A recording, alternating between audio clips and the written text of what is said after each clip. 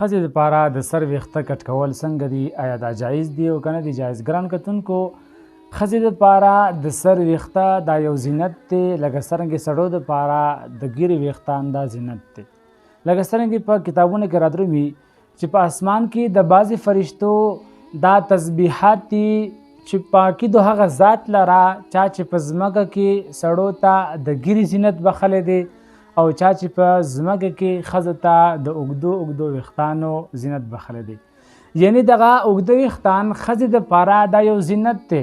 لکه څرنګې عبدالله ابن عباس رضی الله تعالی عنه مبارک فرمایي، د مشکا شریف حدیث مبارک دی، نبی علیه صلات وسلام مبارک فرمایي چې کم یو ښځه د سړو مشابهت اختیاروي نو الله جل شانه له طرفه دی په دغه ښځه باندې لعنت وي. همدغه رقم چې کوم سړی د ښځو مشابهت اختیاروي، د ښځو په شان ځان جوړوي، نو الله جل شانه له طرفه دی په دغه سړي باندې لعنت وي. نو ښځې دپاره خپل ویښتان کټ کول بغیر د عذر شرعي نه دا ناجایز دي، دا ګناه ده، ځکه چې دا اوږده ویښتان ښځې دپاره دا یو زینت دی.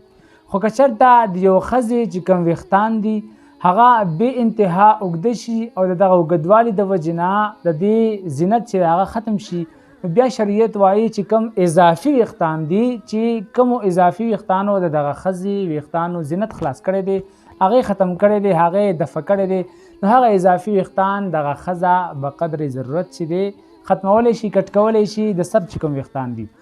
او د دې نه سوا یا یو ښځه د هغې ویښتانو د بیمارۍ لګېدلی دی یا په سر کې داسې بیمارۍ لګېدلی چې دغه ویښتان لرې کول هغې دپاره ضروري دي، نو په داسې صورتونو کې ښځې دپاره ویښتان کټ کول یا کم کول دا جایز دي.